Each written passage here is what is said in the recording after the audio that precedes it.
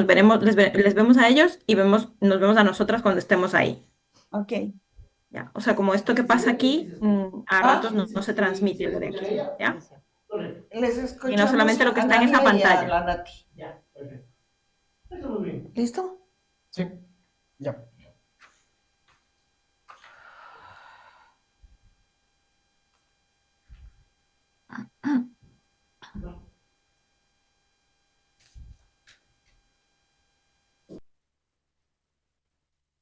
Muchas gracias por aceptar la invitación. Gracias a ustedes. Qué bueno, qué bueno que podamos conversar sobre esto que ¿Estás nos en importa un España? montón. Yo estoy en España, sí, Oh, qué chévere. ¿En qué lugar de España? en Zaragoza vivo. Zaragoza, chévere. Ujú. Sí, sí, aquí con horas de diferencia. ¿Qué hora es allá? 1 de la mañana. La una. Imagínate lo Wow. comprometida que es la Nati, Nadia. 1 de la mañana en Zaragoza. 1 de la La mañana. Nati. Ya con sueño. Sí, Es que es cuántas horas de diferencia, es Claro, 8 horas. Sí, claro. 7. siete, ¿Siete? 7 horas. Me voy a poner más a casito. Sí nos escucha. Nosotros le escuchamos súper bien. Ya, Sí, chévere. nosotros también las Ya, escuchamos queridas, bien. todo va a ir bien. Sí. A Nati sí puede decirle que se haga un poco más atrás porque se le recorta el rostro. Nati, Nati, que te hagas un poco más atrás porque se recorta el rostro. Yo estoy viendo, ¿Ahí? perdón. Sí, que allí dice que seas la Nati. Ya se está. Sí, ya lo. Que ahí está mejor. ¿Ya? Ya. Chévere. Ya estamos. Bien, sí, sí.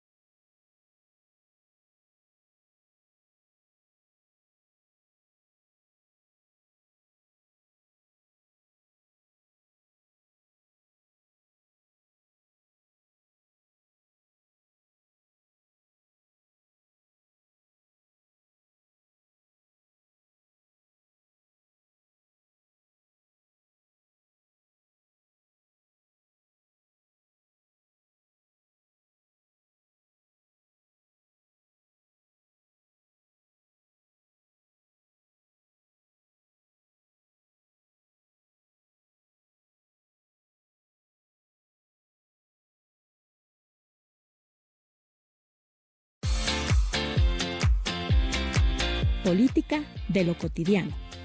Un programa donde hablamos de lo que a ti te interesa. Porque tu realidad es nuestra agenda. Los martes cada 15 días a las 18 horas. Por la radio de la Masonería Equinoccial. Te esperamos.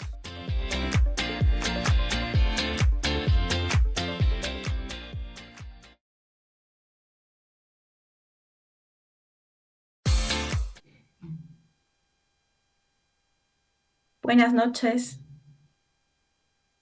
Hola. Buenas noches, sí. Hola Nati, te escuchamos. Te Hola, escuchamos, buenas Nati. noches amigos y amigas. Bueno, buenas noches acá a la madrugada. Yo estoy en España, como saben. Buenas tardes allá en Quito, Ecuador. Estamos en el quinto programa de Política de lo Cotidiano y también damos la bienvenida a nuestros invitados, Nadiezda Díaz, que nos acompaña desde la parroquia Tarqui en Pastaza, y también a Martín Moreno, que está ahí en el estudio. Lucy, Sisi, buenas tardes. ¿Cómo están, amigas? Muy Empezamos bien, el Nati. programa. Muy bien, Nati. Buenas Qué bueno. noches a todos. Bienvenidos a este programa de Política de lo Cotidiano. Hola chicas, Qué bien, hola Martín, gracias por venir. Gracias Nadiezda gracias. también por aceptar la invitación a la entrevista. Bienvenidos a un nuevo programa de Política de lo Cotidiano. Hoy vamos a tratar el tema nudos críticos y desafíos de la educación. Ahora vamos con la cortinilla, con la editorial. Sí, perfecto.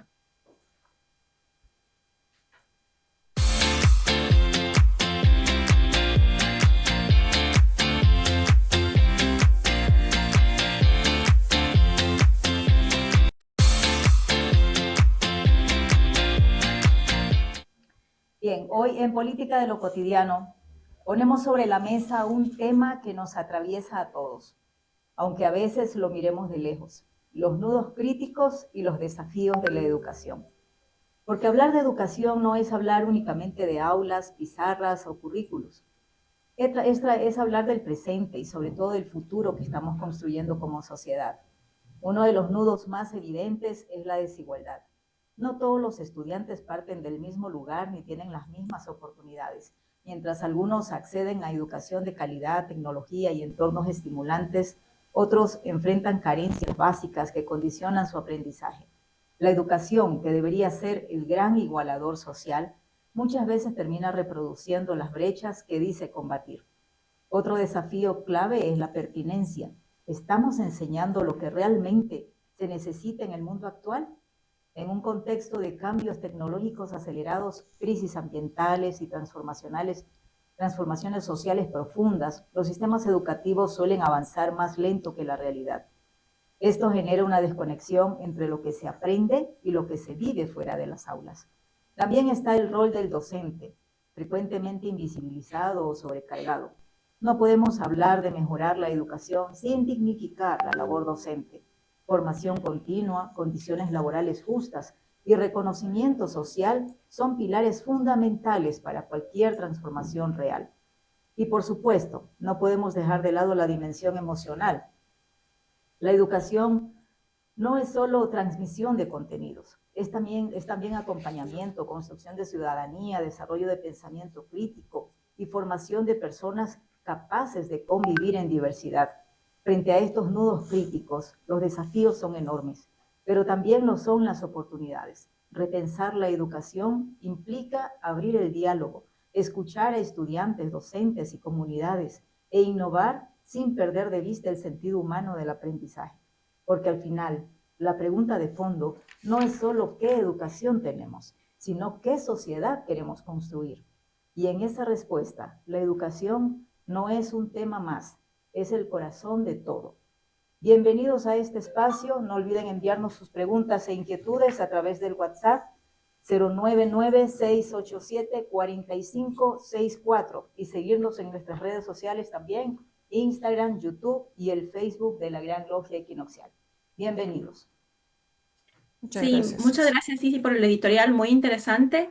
También queremos agradecer a la Gran Logia Equinoccial del Ecuador y al Segundo Supremo Consejo por el espacio que nos han dado para poder nosotros tener este programa y compartir, analizar en esta ocasión el tema de la educación. Así que muchas gracias. Continuamos. Vamos con la entrevista. Muchas gracias, Nati. Muy bien.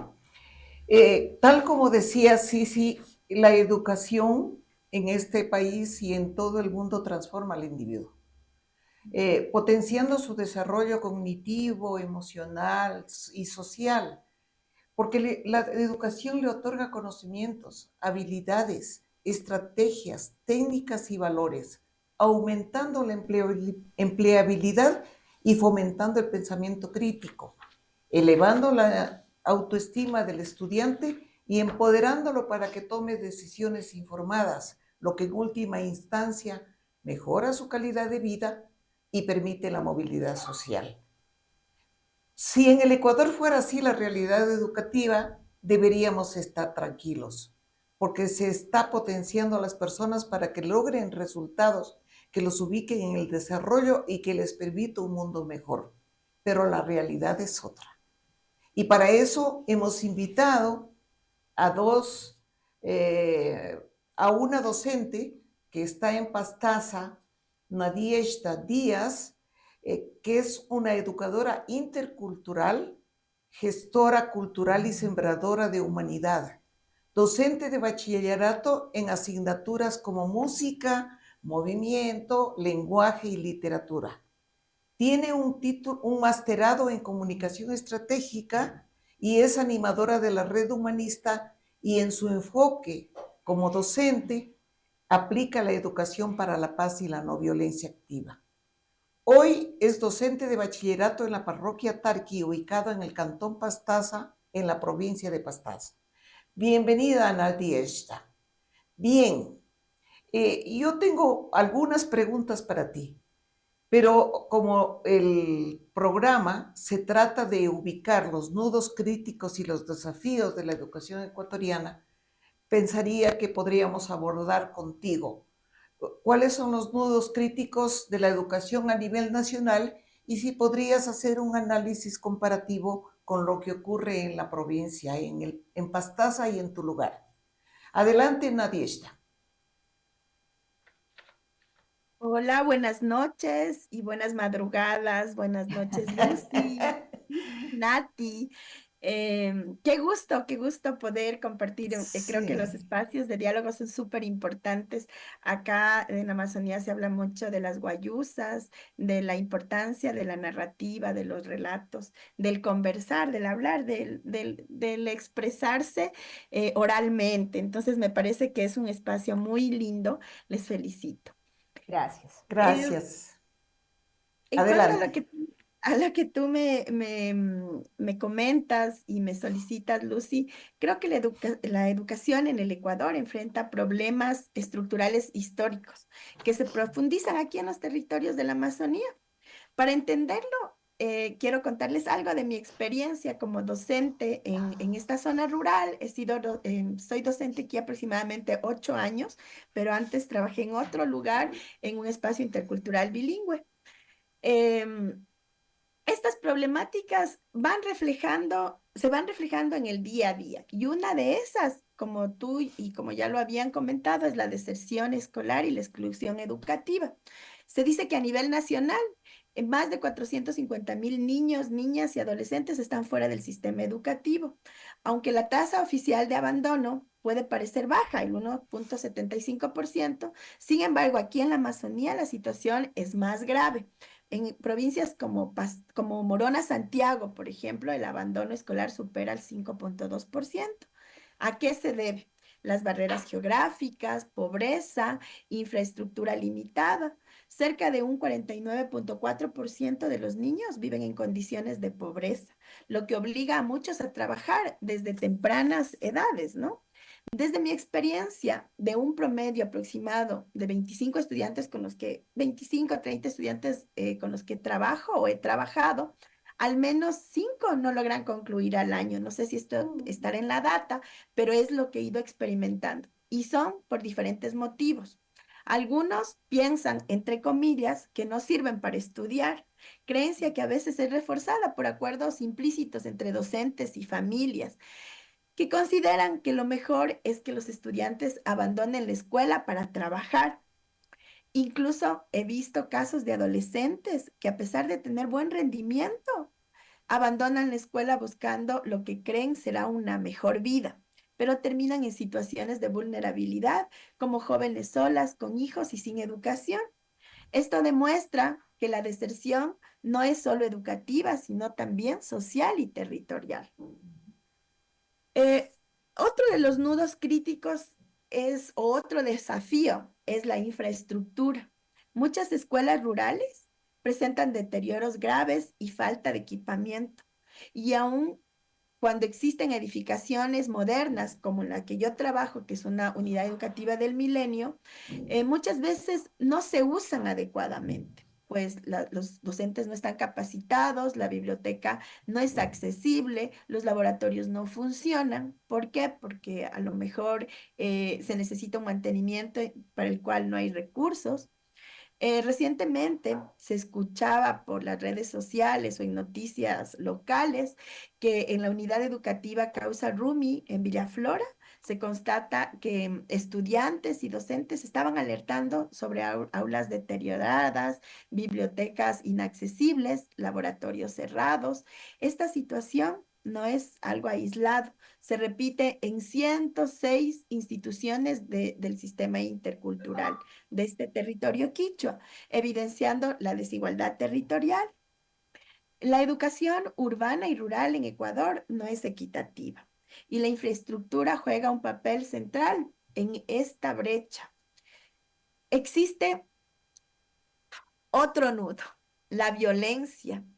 La violencia también afecta a la educación. En la Amazonía, las prácticas de castigo físico persisten, especialmente sobre niños vulnerables o cuyos padres también ejercen violencia. Otros niños no son castigados por por el temor, perdón, a las denuncias. Esto refleja que la violencia no solo es individual, sino estructural y cultural.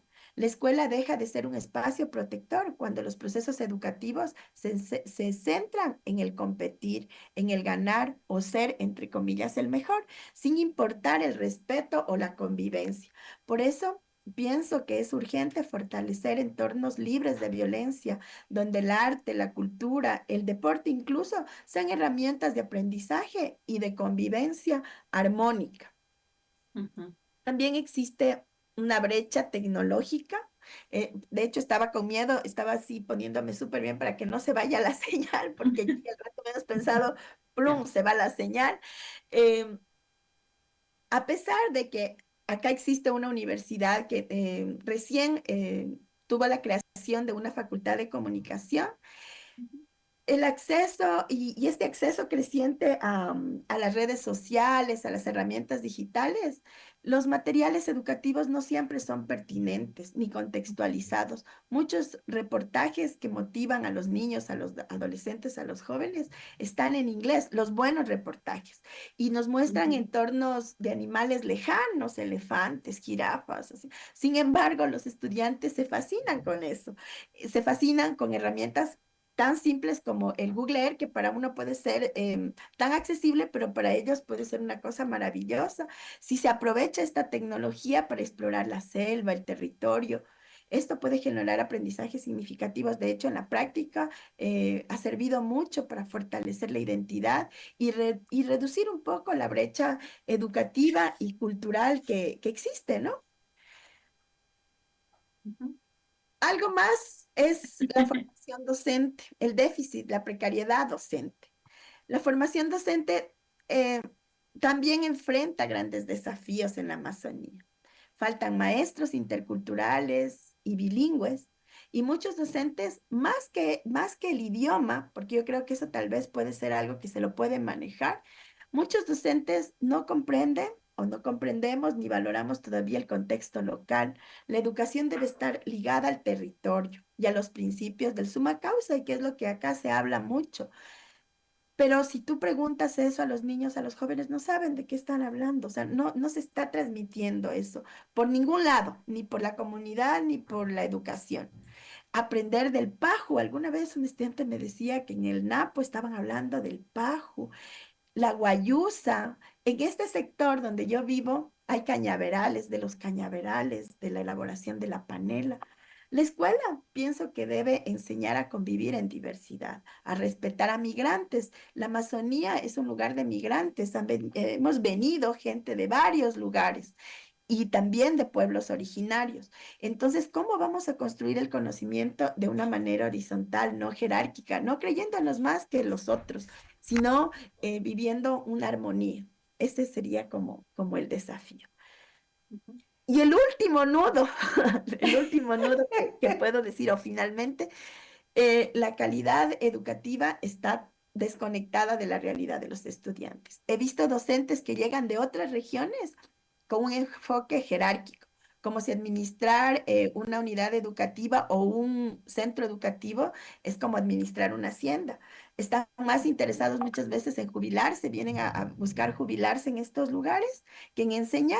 Algunos ni siquiera dan clases y ante la falta de control y supervisión, la desmotivación se transmite a los estudiantes y a las nuevas generaciones de docentes también. Esta desconexión limita la pertinencia del aprendizaje y refuerza esta inequidad educativa. Pienso, y solo es un pensamiento, que en la Amazonía estos nudos críticos, deserción escolar, infraestructura precaria, la violencia, la brecha tecnológica, el déficit docente y la baja calidad educativa se profundizan por pobreza. Perdón que no apagué el teléfono. Perdón. Y la educación no puede ser homogénea tampoco. Debe responder al territorio, a la cultura, a la comunidad, integrando enfoques, como lo había dicho anteriormente, del summa causa. Se habla también del MOSEIF. He estado muy cercana, pues mi hija estudiaba en uno de los colegios interculturales acá, pero todavía hay un largo camino por recorrer para que este MOSEIF realmente se practique. La evidencia muestra que los problemas educativos son estructurales y que las soluciones requieren políticas públicas, participación comunitaria, educación contextualizada que fortalezca la identidad, la convivencia y el aprendizaje significativo de nuestros niños, adolescentes y jóvenes. Eso es un poco lo que yo les puedo compartir respecto a estos nudos críticos que me has Muchas preguntado. gracias, Nadieshta. La verdad que has pintado un panorama trágico, crítico sobre la educación. Y por eso decidimos en el equipo que seas tú una portadora de esas debilidades de la educación ecuatoriana, porque no es lo mismo lo que ocurre aquí en Quito, Guayaquil, en la centralidad, que en las provincias lejanas. Ahora, yo de los estudios que he realizado, veo que no hay una política que se pueda decir que este gobierno impulsa la educación. Pero cuando yo hablo de la realidad educativa, ahí hay algunos actores. Hay docentes, directivos, estudiantes, personal administrativo.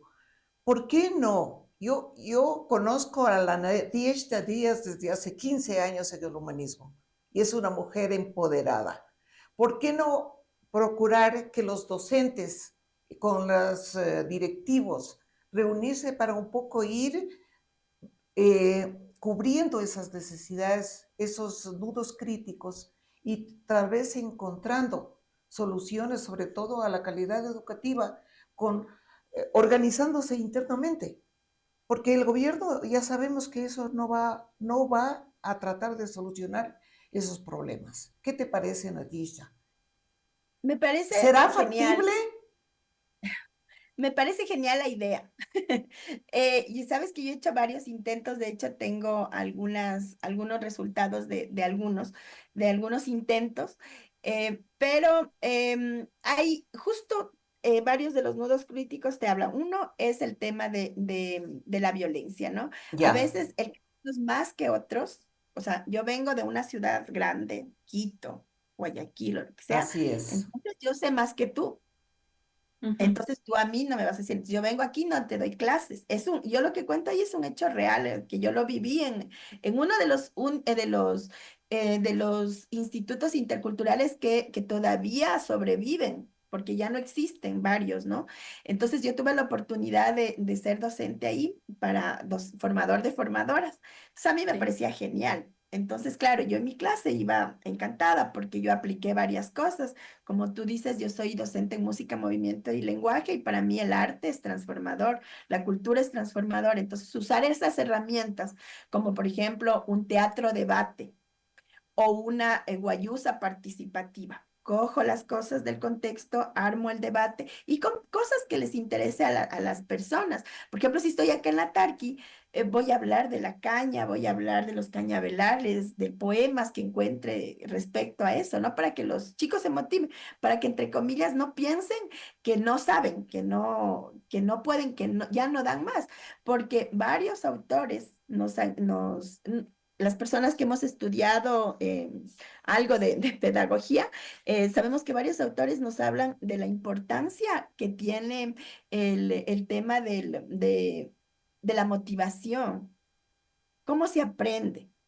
Entonces, pero los docentes con los que tú me pides que interactúe no conocen o no quieren. Y no conocen, y ahí vuelvo de nuevo a esta precariedad de educación, porque si en los lugares donde se están formando no les dan clases, no los educan, no les enseñan a usar las computadoras.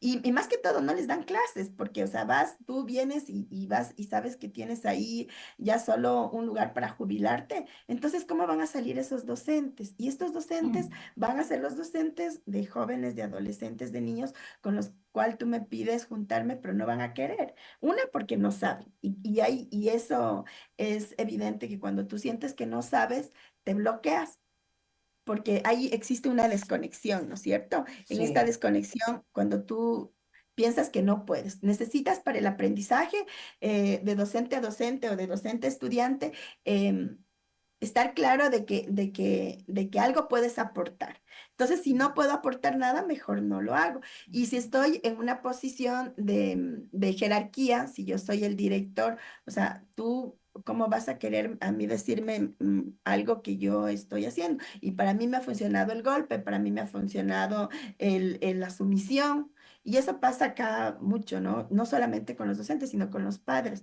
Yo con los estudiantes tengo experiencias que les he dicho a los papás que no hay que golpearles, que la violencia no está por ahí. Entonces, a mí me han dicho, no, o sea, si usted no les ortiga, si usted no les da palo, no van a entender. Entonces, yo les he demostrado que sí se puede, que sí se puede. Entonces, los familiares, los docentes todavía creen que tiempos antiguos eran mejores, que la letra con sangre entra, que si se ponen los hijos por encima se van a alzar, que los estudiantes no pueden, no, tú no puedes ser amigo de los estudiantes. O sea, esa es otra de las cosas que, por ejemplo, yo soy muy juzgada. Si tú no puedes ser amiga de los estudiantes porque se te van a cargar, a mí nunca se me fugan de las clases. A mí los estudiantes están alegres, contentos. Y cuando yo quiero que hagan indisciplina, también hacen, entre comillas, indisciplina, porque a veces hay momentos que necesitan un poco de desorden también. Pero yo siento que puedo controlar. Entonces, es difícil juntarse, como tú lo dices, es complicado. Ahora yo he visto nuevas generaciones, jóvenes que han salido de la Amazonía a estudiar con becas a la Universidad de San Francisco, a la Católica, a otras universidades, y han regresado y les escucho mucho hablar de esto del summa causa y del Paju, de no sé qué. Entonces yo creo que ahí sí hay esperanza. Creo que por ahí va a venir la esperanza, pero imagínate. Qué inequidad que las personas tengan que irse lejos, pocas escogidos, y ellos tengan que venir y los que quieran volver. Pero, ¿y qué pasa con los que se forman aquí? O sea, no va a haber opciones para todo este grupo de personas, porque ¿quién controla esto? O sea, ¿quién dirige, quién controla? Son lugares abandonados. A veces también pienso que las personas no vienen por lo lejos que es, ¿no? Venir acá 4 o 5 horas y luego tener que meterte a territorio una hora, que era 1 hora y media a Canelos, donde trabajaba antes, a otros lugares más lejos. Entonces, eh, mejor no haces el control que se necesita. Ujú. Pero, como te digo, estos jóvenes están liderando ahora grupos, Paquiru, que es la agrupación de quichuas, algunas agrupaciones. Entonces, yo les escucho, yo les veo con la intención, hacen congresos de educación intercultural, entonces yo creo que si hay una intención transformadora. Y por mi parte, particularmente, también si no se puede juntar entre los docentes, entre los directivos, te juntas con la comunidad y eso sí me ha resultado mejor. Entonces, yo pienso y digo, chuta, veamos las cifras. El suicidio adolescente en Pastaza es altísimo. ¿Qué pasa con los adolescentes? Empecemos a construir un espacio y hacemos un espacio alternativo donde conversamos, donde hacemos relatos, donde hacemos teatro, donde tal vez no llegamos a a un producto final, pero el proceso ya es válido, el proceso ya es, por ponerle una palabra, sanador, no sé, y la comunidad también. Entonces me creo por acá otro colectivo de mujeres y digo, antes pensaba que eso no funcionaba porque sí es separar mucho, que por acá las mujeres, que por acá los jóvenes, que por acá no sé qué, que no. Pero ahora creo que entendiendo y no siendo tan fundamentalista en esto, yo creo que sí puedes ir conversando por grupos, ¿no? Entonces acá conversamos las mujeres de las problemáticas, acá los jóvenes, yo ya no soy joven, pero me encanta trabajar con los jóvenes. Hacemos teatro, hacemos relatos y por ahí tal vez pienso que si estos espacios se lograran replicar, se lograran hacer en otros espacios, que alguien se convenza de que esto funciona, entonces sí funcionaría lo que tú dices, porque claramente desde el gobierno no va a haber la solución. Qué bueno, Nadezhda, que tengas esa actitud positiva.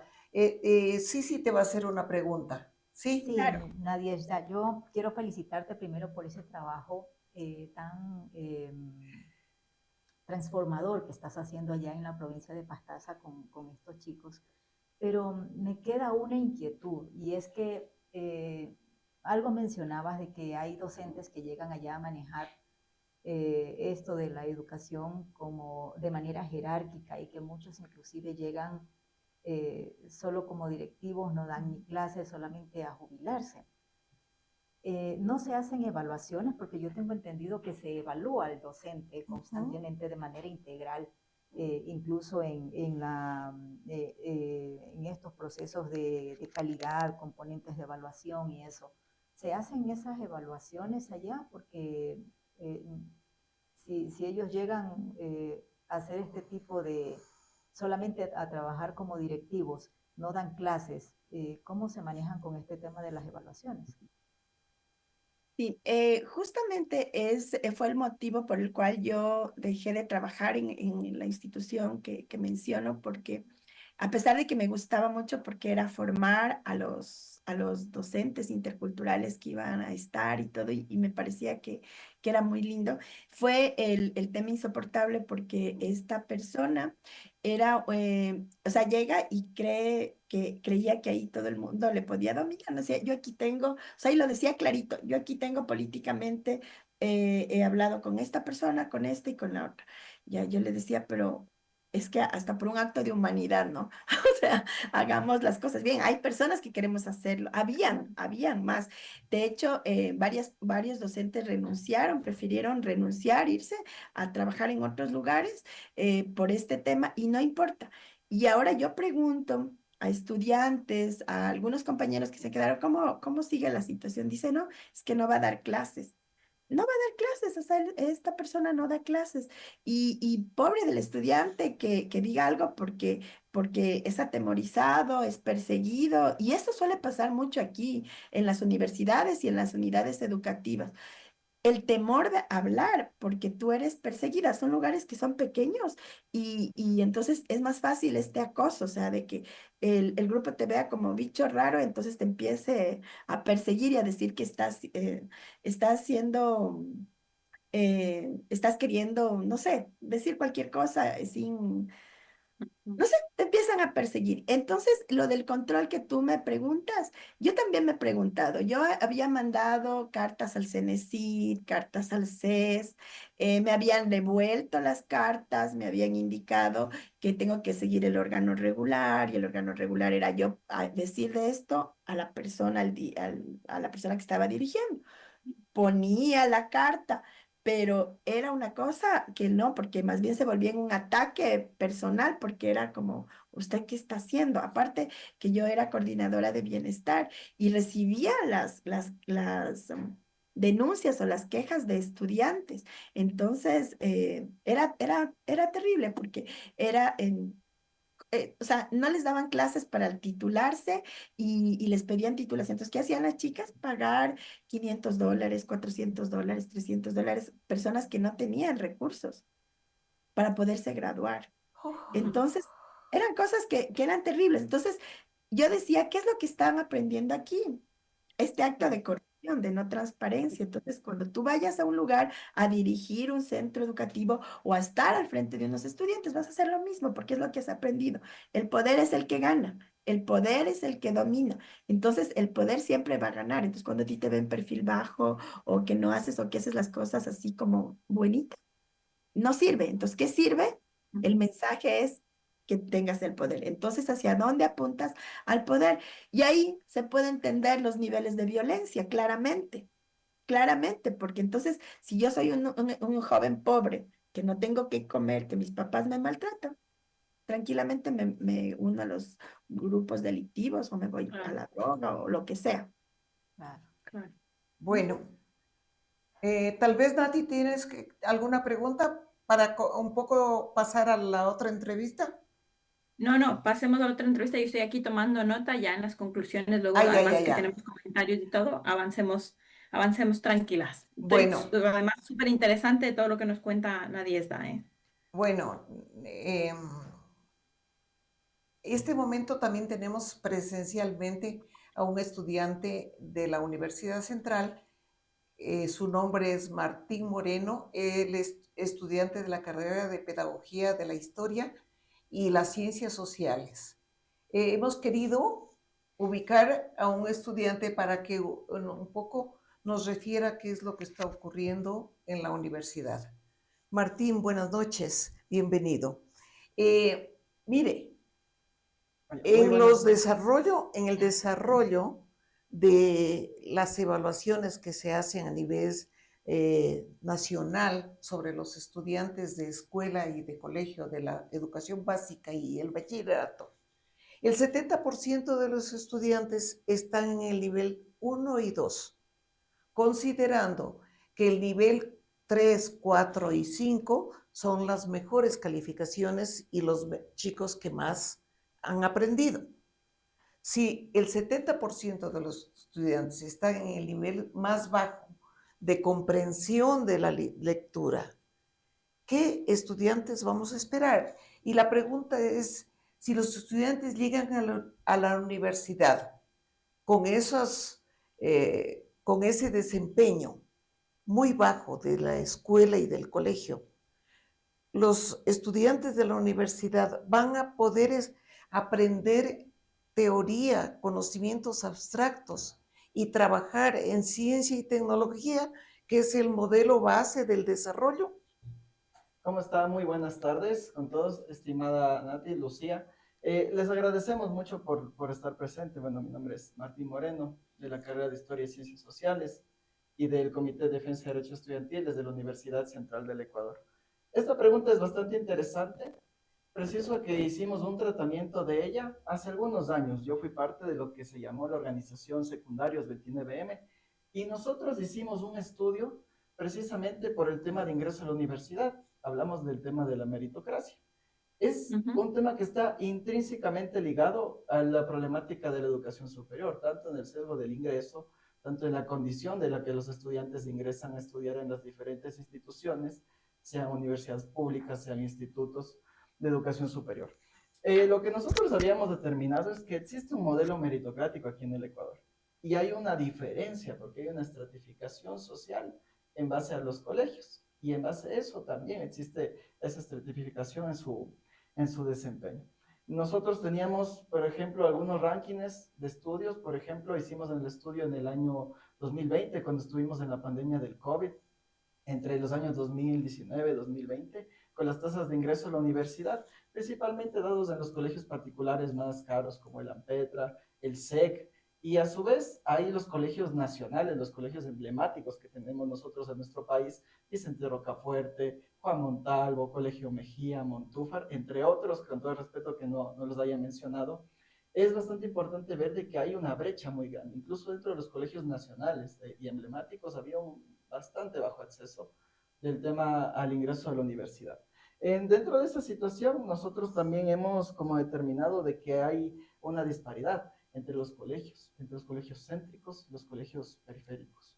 Como colegios céntricos encontraremos los colegios que tienen una mayor atención del Estado, un mayor tema de infraestructura, justo los nudos críticos que hablaba nuestra compañera también, que corresponde a la calidad educativa, el tema de desempeño docente, los recursos tecnológicos, el seguimiento también que se da para el sistema de evaluación de ingreso a la universidad, que desde que yo fui estudiante secundario hemos pasado por algunos. Había el examen ENES, después fue ser bachiller, luego fue EAES, y entonces, a su vez, también habían diferencias de acuerdo a los gobiernos de turno y se implementaba improvisadamente el proceso de acceso a la universidad. Hay una condición en base a los contenidos del currículo que debería ser estandarizados. Estamos en bachillerato general unificado, bachillerato en ciencias, se deben desarrollar ciertas aptitudes, pero uno cuando ya está en la universidad se da cuenta de una realidad totalmente distinta. Entonces nosotros vemos a bastantes compañeros que están en diferentes áreas o carreras y pertenecen a cierta estratificación. Eso ya se ve en las facultades debido a los puntajes que requieren mayor ingreso, de una mayor preparación académica, medicina, odontología, ingenierías. Y hay otras condiciones, otras carreras que no son tan demandadas, tienen un menor puntaje, y hay otras a las que acceden gente con menores recursos económicos.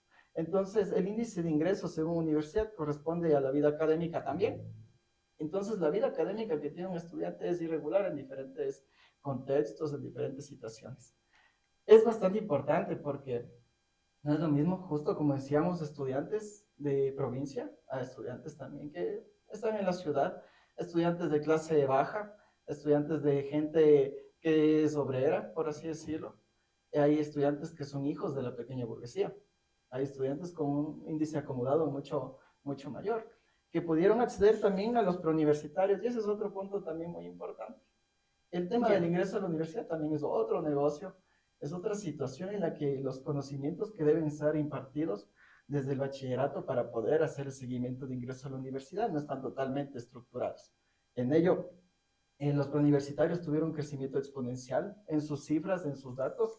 Tenemos también esta condición que corresponde a la tasa de ingreso. Entonces, por así decirlo, antes teníamos los preuniversitarios bien populares, que eran, por ejemplo, el Hawking, el Einstein, había, por ejemplo, el preuniversitario CC Politécnica, que está más o menos antes de la Universidad Católica, y que tenían en sus datos, por ejemplo, miles de estudiantes con puntaje, además de miles de estudiantes ingresados, y tenían su grupo de alto rendimiento. Eso era bastante importante. El GAR era la aspiración que teníamos nosotros como estudiantes para poder ingresar a la universidad, el puntaje perfecto, los 1000 puntos, para poder estar dentro de una universidad. Eso en mi contexto. El contexto ha cambiado también, correspondiente en el que el Estado traslada la responsabilidad. O sea, perdón que te interrumpa, por supuesto, pero en el tema del puntaje, mientras mayor puntaje tú tenías, tú podías acceder a la carrera que tú querías. Por ejemplo, los que querían medicina tenían que tener un puntaje arriba de 900. Si tenías un puntaje menor, entonces, obvio, te ibas a las otras carreras que no son tan apetecidas y que a las que la gente no quiere acceder mucho, porque tampoco, si no tengo un excelente puntaje para acceder a medicina, pues obviamente me quedo fuera. en efecto. Pero si no es tu Entonces, orientación, ese es el problema. Exactamente, ahí está el problema de haber creado la famosa prueba esta de Así bachiller. es, ser Ciertamente, bachiller. si tú tienes una vocación para ser médico y no sacaste el puntaje suficiente por A o por B, puede que no seas un alumno vago, que no seas un alumno descuidado, pero no alcanzaste el puntaje suficiente, te quedaste. Y entonces te ponían ahí, pon una carrera inicial la que más te guste, luego una segunda que no te guste tanto y la tercera, porque si no le dabas a la primera, entonces te ibas a la segunda y si Claro. no, a la tercera. Y terminabas estudiando algo que a ti no te gusta porque no alcanzaste el puntaje. Pero eso es conducir a Pero, los estudiantes al fracaso. Exactamente, claro, pero pero ¿por qué yo, pusieron chicas, esa, o sea, de dónde Nati, salió esa famosa prueba?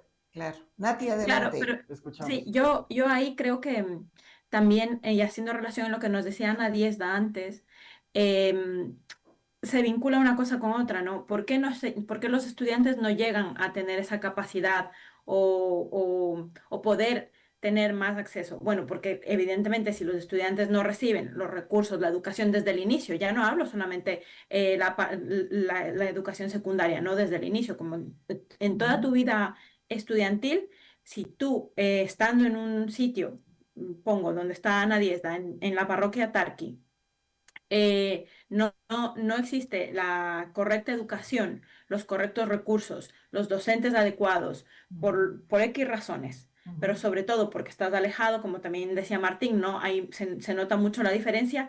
Entonces, ¿por qué? O sea, yo quiero entender, y haciendo un poco de abogada del diablo, que este tipo de evaluaciones eran también para dar oportunidad justamente a esos estudiantes que no, o sea, bueno, o quizás se creó con esa intención, ¿no? Como dar esta oportunidad, pero incluso para que desde el propio sistema educativo se impulse desde el inicio. No sé si se entiende lo que estoy diciendo, como que se hace esta evaluación para que seamos conscientes de que hay muchas personas que se quedan fuera, que no pueden acceder a las carreras que quisieran acceder, aunque son muy capaces, pero porque el entorno, el sistema mismo les reprime, ¿no? O sea, no les permite tener acceso a esa educación.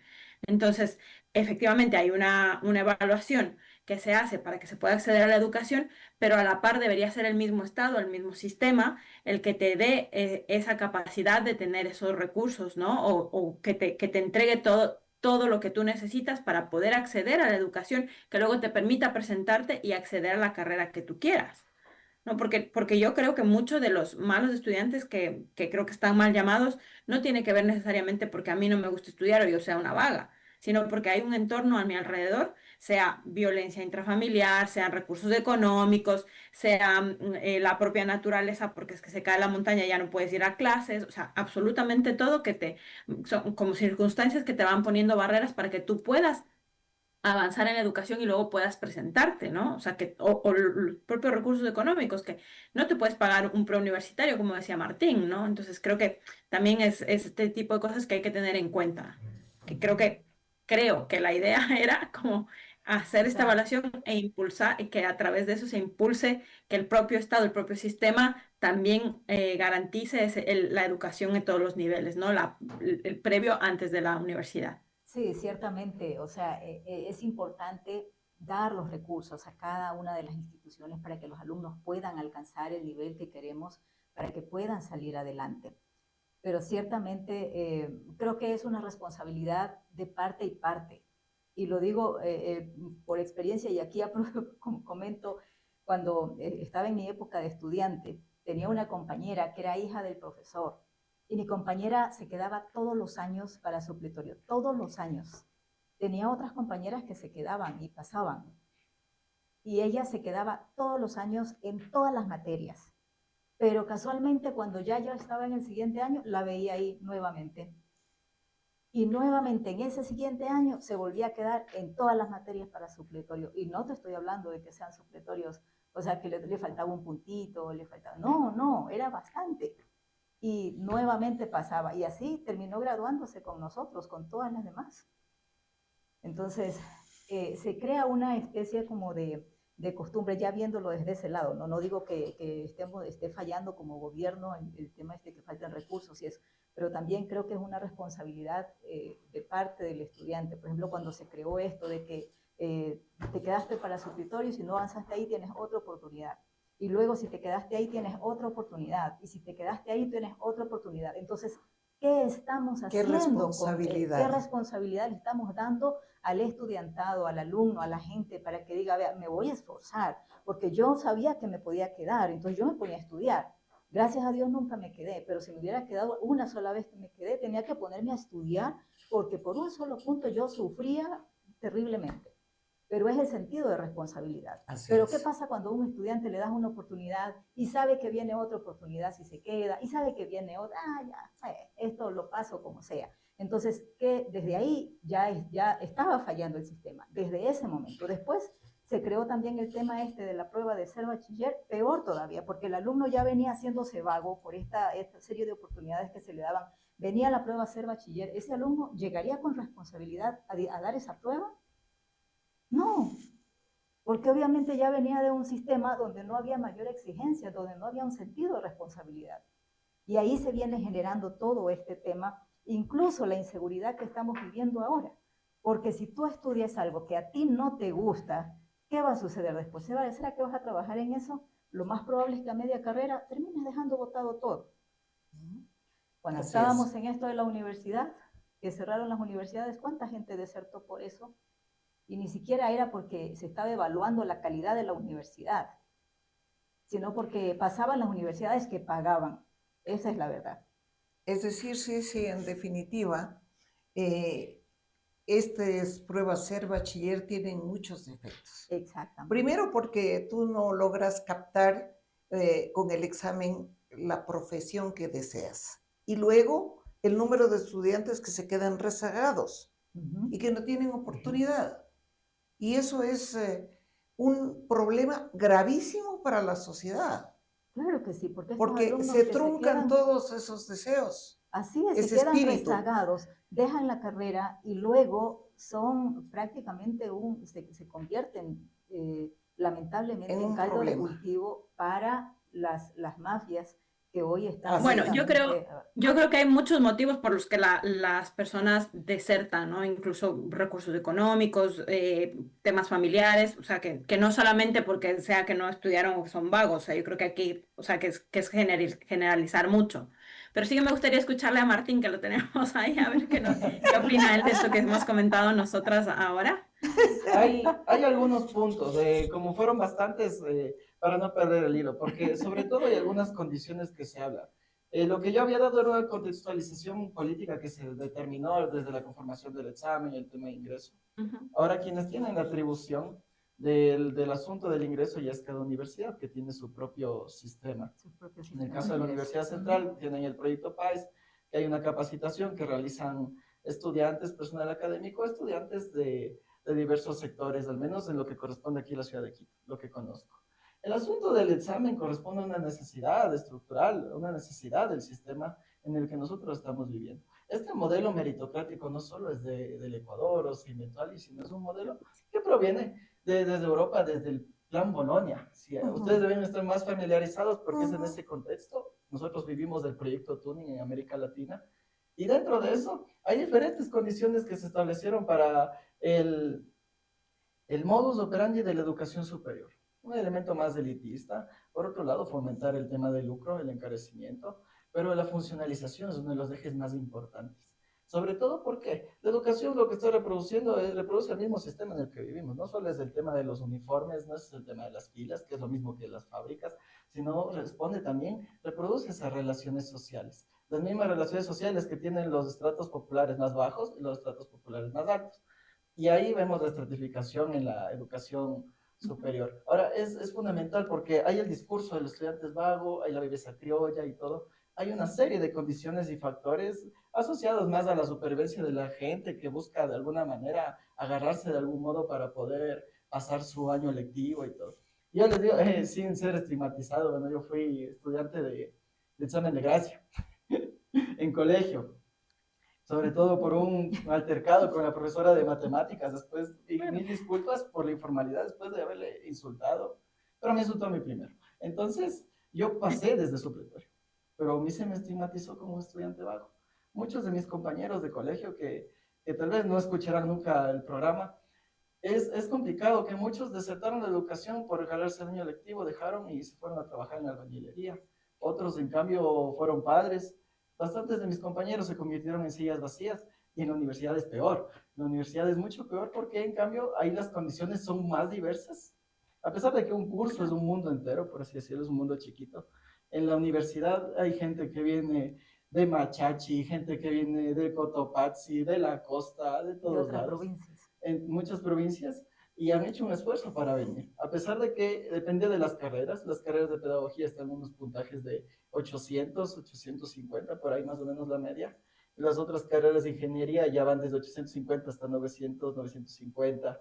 Las carreras de ciencias médicas ya corresponden por encima de los 950 puntos. Ya es gente del grupo de alto rendimiento la que entra a medicina, gente que se esforzó bastante, que dio bastantes exámenes. Y eso también es algo, la gente que da bastantes exámenes y logra entrar en alguno de los puntos, o gente que nunca puede entrar después de la aplicación. Ya ha habido casos en los noticieros, en los casos de el Extra, en la hora, yo veía, analizábamos a través de las noticias que salían del día a día, gente que había dado 2, 3, 4 veces el examen y no ingresaba tampoco.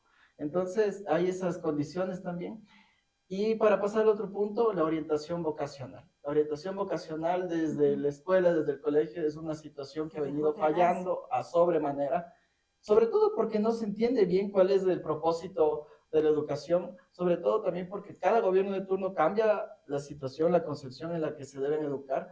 Entonces tenemos por un lado lo que fue la década del gobierno de Rafael Correa, el asunto del progresismo, la nueva matriz productiva, se crearon los megaproyectos universitarios, la Universidad de Yachay, la IGIAM, por ejemplo, la Universidad de las Artes, la UNAE, y esos proyectos en teoría proporcionaban también una asistencia social para que haya un nivel educativo en algunas áreas, pero eso es funcionalización, se dio también por el propósito de la intromisión del capital chino aquí en el Ecuador, sobre todo para las obras de infraestructura, tema de minería, generar los profesionales calificados que necesitan las grandes estructuras económicas, pero que no son de nuestro país. ¿No? Entonces nosotros tenemos industria así ligera, producimos alimentos, algunas cosas, pero no tenemos nosotros medios de producción que producen más medios de producción, por así decirlo. Entonces, nosotros no tenemos una industria pesada, ni tampoco de alguna manera digamos, un elemento tecnológico muy fuerte y eso también vamos a abordar en lo que corresponde a la educación básica, media y a la educación superior. Entonces, dentro de esa correspondencia del interés de los grandes capitales, sí nacionales, pero de los monopolistas prácticamente, y los capitales extranjeros ha formado la oferta académica educativa aquí en el Ecuador. Entonces, eso ha sido como el principal punto. Y otro tema, en la orientación educativa, la orientación vocacional para los profesionales, futuros profesionales, se ve por lo que te da más ingresos económicos, te da una vida estable, hay un discurso generalizado que se da entre las familias ecuatorianas, entre algunos profesionales, entre ellos los docentes, que muchos pecan también, sobre todo de que estudien principalmente medicina, que estudien administración de empresas, que estudien derecho. Son las 3 carreras más demandadas de todo el país. Y prácticamente es ahí donde se hace un cuello de botella de aspirantes. Y hay otras carreras que están abandonadas, están botadas, algunas de ciencias exactas y algunas que están desapareciendo. Otro caso es en las universidades privadas. En las universidades privadas también lo que se está pasando, habían ciertas asignaturas con áreas de especialización que se había dado, se quita la especialización y se les obliga a que consigan el posgrado. Entonces, eso nos pasó en un caso de los psicólogos de la Universidad Salesiana. Un saludo a los compañeros que estuvieron presentes también ahí, que ejecutaron una lucha incluso a nivel legal y judicial, porque tenían que tener su registro de menciones como psicólogos educativos, psicólogos organizacionales, psicólogos industriales, que siguieron dentro de su malla curricular, pero cuando les dieron el título, psicólogo general, y la mención nunca se les dio. Es una situación bastante compleja. En este caso también de los señores bioquímicos de la Universidad Central del Ecuador, los bioquímicos clínicos, que por ejemplo también correspondían en su formación profesional al área de la salud, en Irán y toda esa situación, se les quiso excluir, pero ahora después de una lucha también pudieron estar otra vez considerados Pero se ahí. eliminó la carrera, porque ya ahorita no hay. O sea, creo que ya hubo la última promoción hace unos 2 años. Sí, y ahorita, claro, están ya otra cuestión dentro de su malla curricular, en el caso de los bioquímicos clínicos de la Universidad Central del Ecuador. Entonces están esos procesos, cómo la educación está formada bajo estos pilares que ni siquiera decidimos nosotros, ni siquiera como país soberano, entre comillas. Entonces los gobiernos de turno obedecen también a designios mucho más grandes. Los últimos 3 gobiernos, desde Moreno, desde Guillermo Lasso, lo que corresponde ahorita al presidente Daniel Noboa, O sea, corresponden más a los intereses del capital norteamericano, pero en el caso de la década del progresismo que vivimos aquí en el Ecuador, fue una correspondencia más al capital chino y algunos elementos que se desarrollaron dentro de la industria extractiva. Pero hoy en día también se mantiene ese pilar. Nosotros tenemos mucho territorio concesionado, es mucho capital, muchos elementos de especialización que se necesitan ahí, aunque no son todos, porque también se traen sus propios profesionales y los de aquí no los toman en cuenta. Y otra cosa es la fuga de cerebros, que es otro tema más amplio también, que podríamos hablarlo horas tras horas también Martín, ahí. de hecho, Martín, las preguntas se quedaron todas Ah, ahí sin cumplir. Tenemos que hacer otro programa para que Martín pueda desarrollar las preguntas que tengo. Muy bien, yo creo que el tiempo nos apremia, lamentablemente el tiempo es el que nos corta las cosas.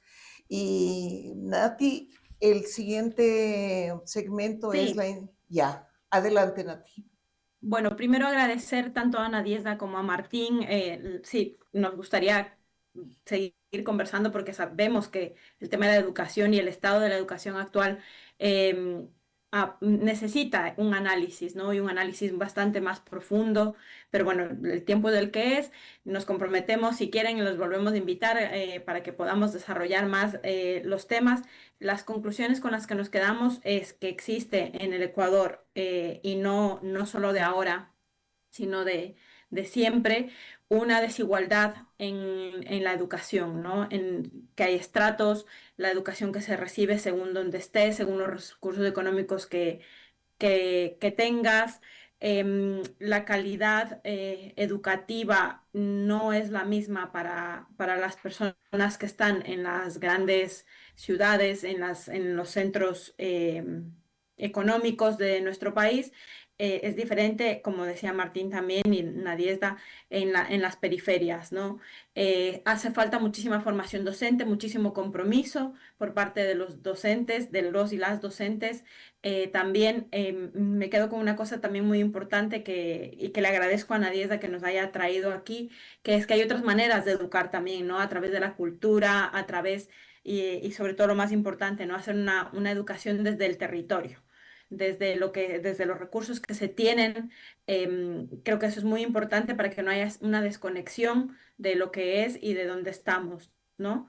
Em, Tengo como 1000 notas por aquí. También el tema de la violencia que ahora atraviesa, la violencia y la inseguridad que ahora atraviesa también es una realidad que vivimos en Ecuador, que se vive en Ecuador, ya no solamente la violencia intrafamiliar, sino también el entorno que existe, que nos limita y que puede llegar a limitar a las personas que tengan acceso a la educación. Ya hemos dicho la desigualdad económica, que provoca muchas veces la deserción educativa, ¿no?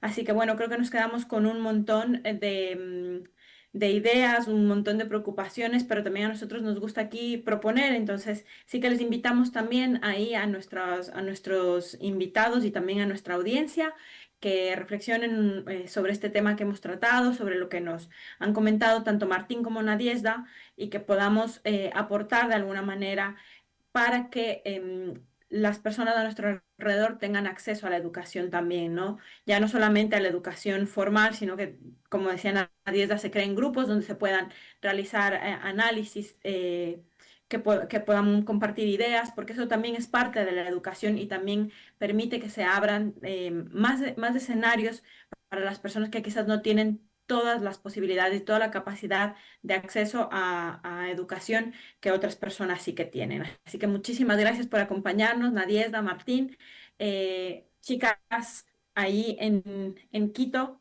Muchísimas gracias. Vamos a ir ahora con el video de Paulina, que nos hace una sugerencia cultural sobre la educación. Jamás hay que dejar de aprender. Y no solo por la acción de adquirir conocimientos nuevos y actualizarlos, sino porque es vital nunca perder la capacidad de asombro. Y sobre todas las cosas, darnos el privilegio de encontrar en el camino seres humanos valiosos, que entregan en su tiempo y sapiencia algo más que palabras. Los maestros, los de verdad, los que se quedan grabados como una impronta en cada uno de nosotros, Son pocos, pero son esos seres diestros que con su batuta nos armonizan, equilibran el cuerpo y el alma, nos transforman para siempre. Su entrega rebasa reglas, horarios, metodologías. Su labor excede los límites y los sistemas. Sus sueños se mudan con los cientos de mentes abiertas que reciben algo más que información. Reciben conciencia, saberes y herramientas para la vida. Es así que en este programa llego con una película que rompió los paradigmas normales de la creación artística. Un film tan bien hecho, tan bien interpretado, con personajes tan sublimes, que a partir de ahí salió su libro y no al revés como pasa con otras historias. Pensar en los maestros me llevó a mirar esta maravilla del séptimo arte, La Sociedad de los Poetas Muertos, un aclamado drama que se estrenó en 1989. La película es ganadora por mejor guión original de un Oscar y se destaca por su mensaje claro, Carpe Diem, y la actuación magistral de Robin Williams. Si aún no la han visto, háganlo. La película muestra de una forma muy poderosa cómo un maestro marca la vida de los estudiantes, no solo en lo académico, sino en lo personal y emocional. El profesor de literatura, John Keating, que es interpretado por Robin Williams, representa a ese tipo de docente que deja una huella profunda. Su influencia no se basa en imponer conocimientos, sino en despertar el pensamiento crítico, la sensibilidad y el valor de ser uno mismo. Carpe Diem es el mensaje principal que este maestro transmite como una invitación a vivir con propósito. Esta idea impacta a sus estudiantes, quienes comienzan a cuestionar las expectativas tan rígidas de todo su entorno y a buscar su propia voz siempre. Es que el buen maestro no solo enseña contenidos, inspira a sus alumnos a pensar diferente, a creer en sí mismos, a generar cambios profundos en la forma en que los jóvenes ven la vida. Los maestros dejan una huella duradera, porque aunque su tiempo con ellos es limitado, el impacto es permanente. Por eso, es el momento en que nosotros, como parte de la sociedad, incomodemos un poco a los tomadores de decisiones, para que éstos miren como prioridad a los maestros, a las escuelas, a los libros, a los pizarrones y a las tizas, y no a las balas, a los cuarteles, a los excesos y a los fusiles. Carpe diem. Aprovechen el día, muchachos. Hagan que sus vidas sean extraordinarias. Hasta la próxima. Qué bien, Paulina. Bueno, muy Ellas, interesante lo que nos sí. comentaba Paulina. Yo, antes de continuar, para cerrar, les quería comentar que tenemos varios comentarios de nuestra audiencia. Nos envió un mensaje Carlos Bonilla que nos decía, uno de los nudos de la educación es la falta de contacto con problemas reales locales, un poco lo que ya comentaba también Nadiesta. Tenemos saludos de Gustavo Egas, Hilderi Carvajal, Arturo Dávila, Melanie Castellanos, Ruth Orbe, Marcelo Reynoso. Gustavo nos dice, la educación tiene que ser una política de Estado que tiene que en la actualidad reenfocar su rol. Excelentes conductoras, excelentes invitados. Nos dicen un tema muy interesante y un buen punto del estudiante Martín Moreno, dice Melanie. Felicitaciones por tan interesantes temas. Gracias por las entrevistas, nos dice Ruth Orbe. Así que bueno, chicas, ahí tenemos los saludos de nuestra audiencia. Muy bien, pues Nati, sí, Ricardo, Martín, Nadiesha, creo que hemos llegado al final de este programa. Quedan muchas preguntas, queda muchos análisis por hacer y un sabor de boca, de amargura, porque no estamos viviendo un proceso adecuado para nuestros niños y jóvenes. Hay que revertir esos rezagos de la educación tradicional, hay que construir sistemas educativos más equitativos y más inclusivos. Llegamos al final a agradecerles a Martín, a Nadiesha por su presencia, por sus palabras, por sus análisis y anunciarles el siguiente programa. Vamos a topar un punto que es muy valioso para nosotros porque la Gran Lógica Inercial del Ecuador y el Segundo Supremo Consejo nos han abierto este espacio para la radio virtual de política de lo cotidiano. Y nosotros queremos un poco devolver esa amplitud de la Gran Lógica Inercial y del Segundo Supremo Consejo, abriendo un tema que se conoce como desmistificando la masonería.